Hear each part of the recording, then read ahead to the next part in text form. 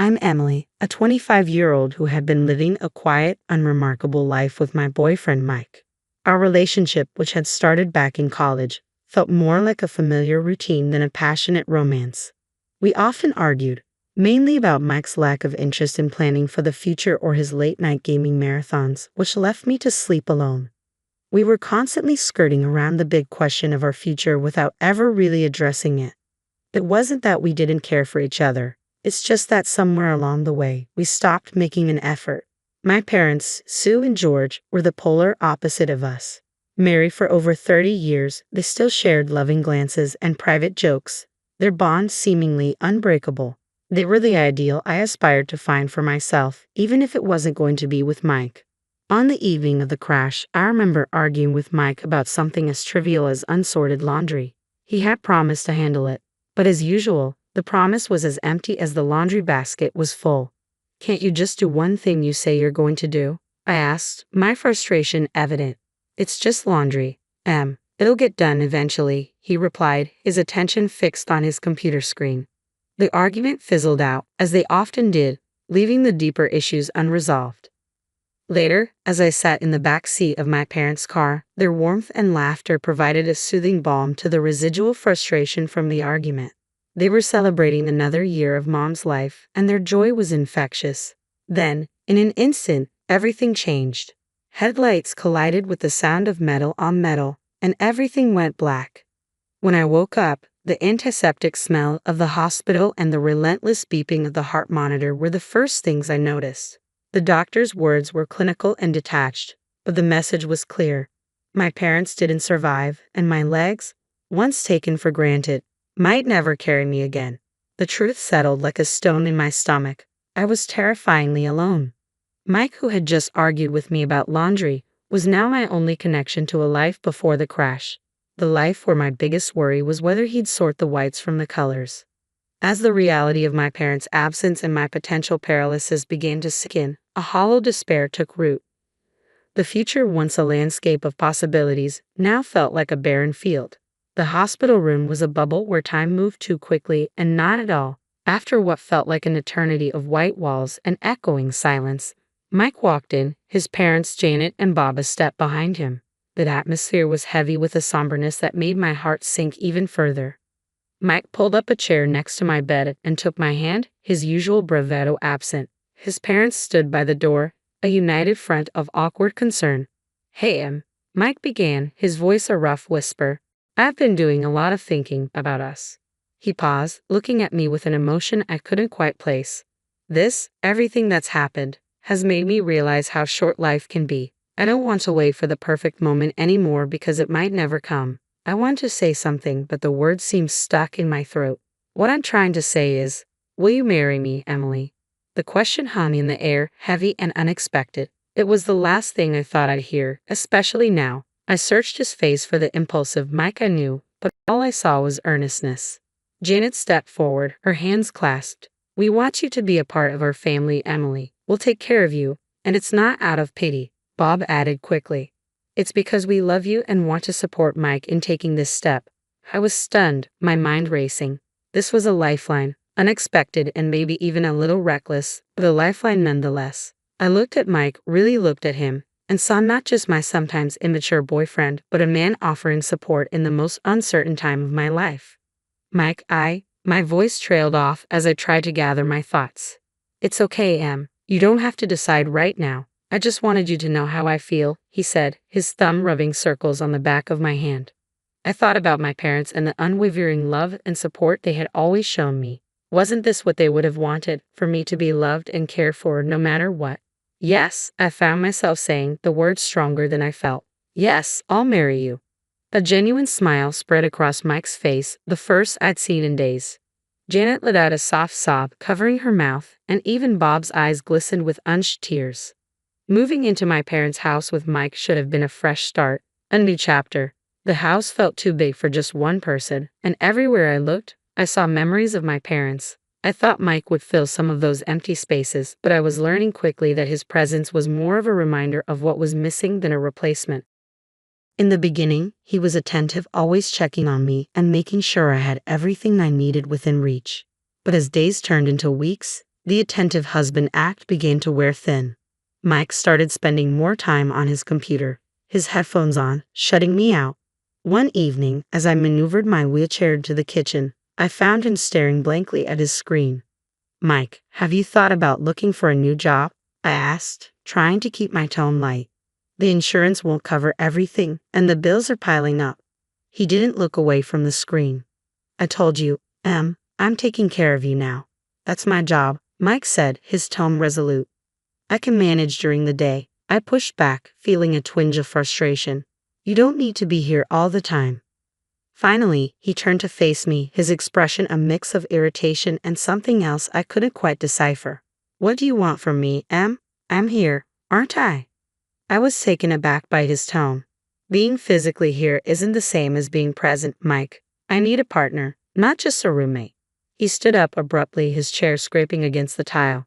You know what, Em? Maybe I need more than this too.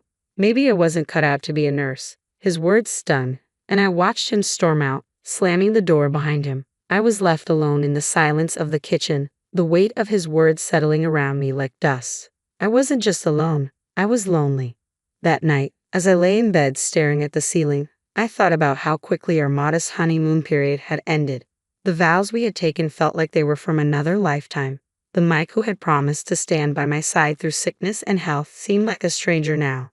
As the weeks dragged on, his absences grew longer and his excuses more flimsy. He was either out with friends or lost in a digital world that seemed to have no room for me. I felt like an obstacle in his life, a burden he hadn't anticipated. One particularly tough day, when the pain was bad and the house felt more like a mausoleum than a home, I heard the front door open. Expecting Mike, I called out, "Is that you?"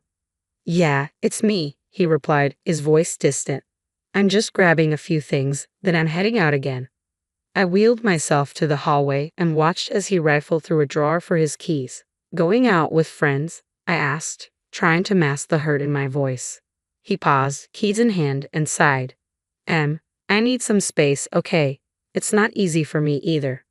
I nodded, biting back tears. "I know. I just thought we could spend some time together, like we used to." He shrugged, avoiding my eyes. "Maybe when things settle down a bit, I've got to go." The house felt emptier with each passing day, a vast space filled with silence and the ghosts of better times. It wasn't just Mike's absence or the void left by my parents' voices. It was the small things that started to go missing. A vase my mother loved, a silver frame holding a family photo, a painting that used to hang in the hallway. I first noticed it when I was trying to distract myself with memories. I wheeled myself into the living room, intending to look through the photo albums, but as my eyes scanned the room, they fell on the bare patch of wall where the painting had been. "Mike?" I called out, unsure when he had last gone out. There was no answer, and the emptiness of the house seemed to echo back at me. That evening, when Mike returned, I asked him, "Have you seen the landscape painting that used to be in the hallway?" He barely glanced up from his phone. "Oh, that old thing. It was getting dusty, and I figured we could use the space for something else." Something about his casual dismissal didn't sit right with me, but it was my mom's favorite, I said, a tremor of unease in my voice. He shrugged, his attention still half on his screen. "We can get another painting. It's no big deal." But it was a big deal. The items that went missing next were unmistakable, things that had been in my family for years. One afternoon, I caught Janet, Mike's mom, in the act. She was bustling around the living room with a big black garbage bag. "Janet, what are you doing?" I asked, my voice sharp with alarm.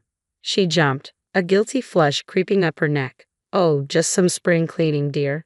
This place is cluttered with so many old things." "But those are my things," I protested, my heart rate picking up. "Oh, we're just making things nicer for you," she said sweetly. "You'll thank us later." I watched her like a hawk every time she visited after that, but the thefts became sneakier, more calculated. And every time, the sense of violation deepened. When I brought up the missing items, I was met with reassurances that it was all in my best interest. One night, lying in bed while Mike scrolled through his phone, his new nighttime ritual, I said, "Mike, your parents have been taking things from the house." "My things?"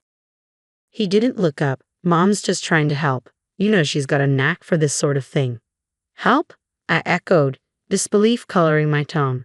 "By taking my parents' belongings."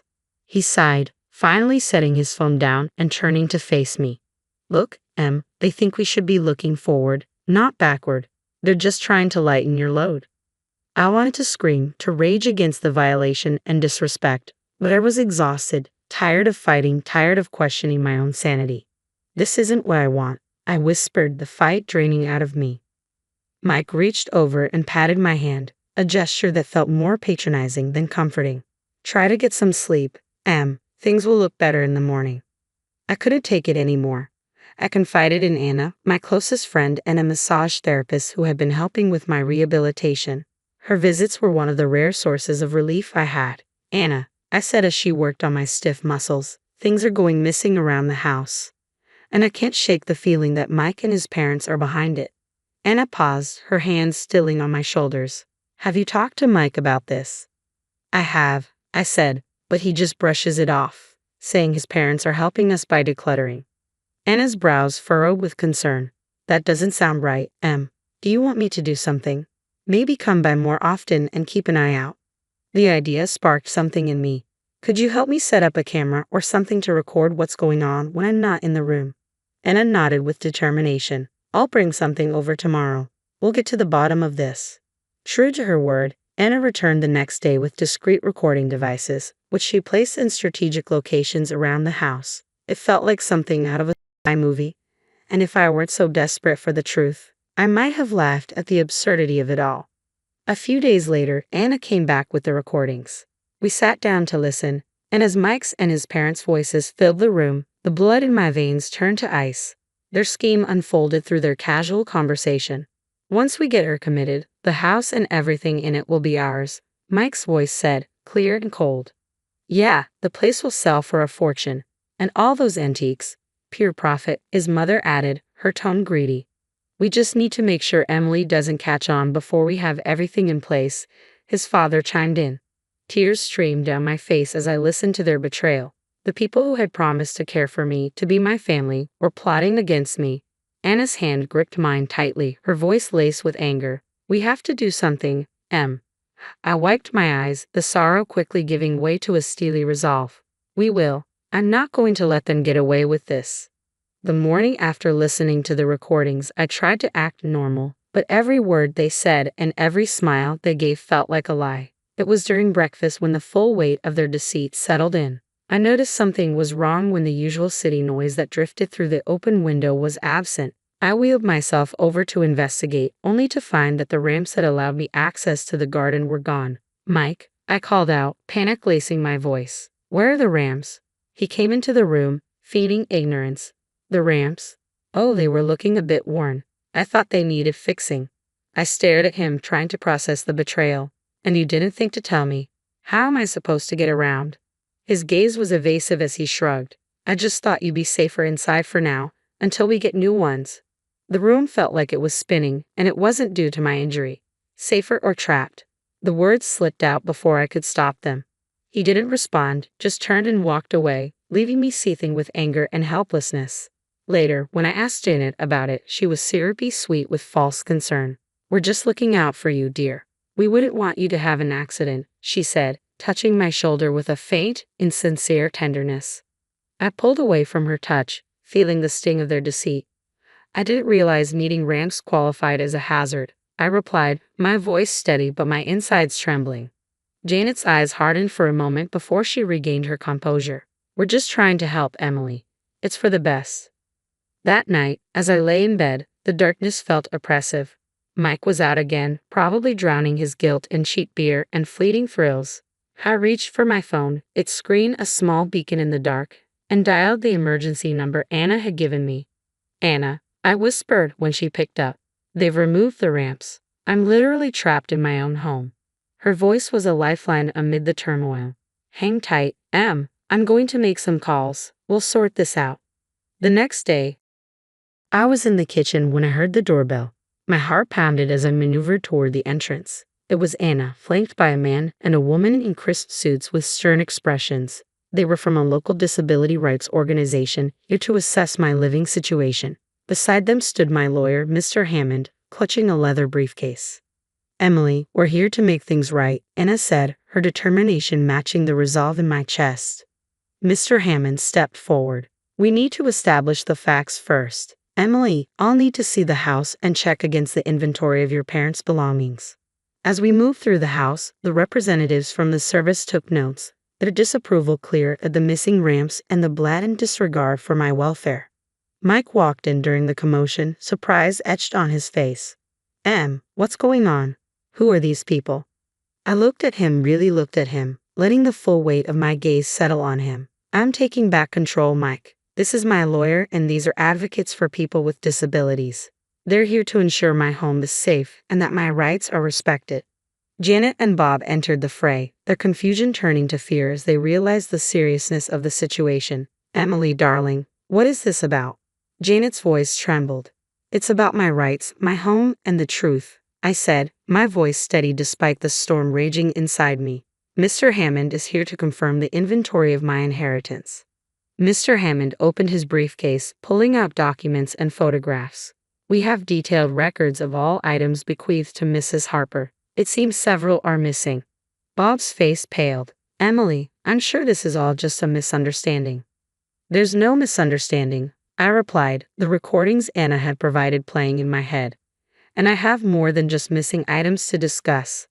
Mike's parents exchanged glances, their facade of caring in-laws crumbling before my eyes. Mike stood there, silent, the reality of the situation dawning on him. Anna moved closer to me. We also have evidence of the conversations you've had regarding Emily's property and well-being. The advocates from the Disability Service spoke up. Removing access to the ramps is a direct violation of Mrs. Harper's rights. We'll be taking action. As Mr. Hammond laid out the evidence of their theft and their plans for my future, I saw the trap I had been in from the outside, but now the tables had turned. I was no longer the victim in their game. I was the one calling the shots. Mike finally found his voice. I can explain. I shook my head. Save it, Mike. I've heard enough. Janet started to cry, and Bob put an arm around her, but there was no comfort to be found in their deceit. The day of the trial was a culmination of everything I had endured. The courtroom was stark, the air thick with tension. Mike and his parents were on one side, looking nothing like the family that had once promised to care for me. I was on the other, with Anna beside me and Mr. Hammond ready with his briefcase of evidence. As the proceedings began, the judge looked down at us from his bench, his gaze lingering on me for a moment. We are here to examine the evidence regarding the allegations of theft and the premeditated exploitation of Emily Harper, he said. Mr. Hammond presented the recordings, the inventory discrepancies, and testimonies from the disability advocates. The evidence was damning, and Mike's family could do little but squirm under the weight of their deceit. Janet sobbed quietly, her sobs a soundtrack to the unraveling of their scheme. We never meant for things to go this far, she whispered when it was her turn to speak. The judge's voice was firm as he addressed them. You took advantage of a vulnerable person. There's no excuse for your actions. Mike stood, his voice barely audible. I'm sorry, Em. I never wanted to hurt you. I looked at him, the history we shared flashing before my eyes. Sorry, is it enough, Mike? You chose this path. The gavel came down like the final word on the life I had once known.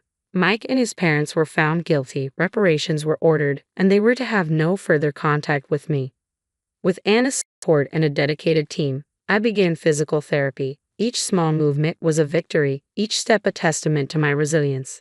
My legs, once lifeless, began to tingle with new strength. One day, as I managed to stand with the help of parallel bars, Anna cheered me on. Look at you, Em. You're doing it. The smile on my face was mirrored in her own. I am, aren't I? The joy bubbled up from a place I thought had been broken beyond repair. I moved forward, one day at a time. The house, once a mausoleum of my past life, was slowly transformed back into a home, a sanctuary where I healed and grew stronger.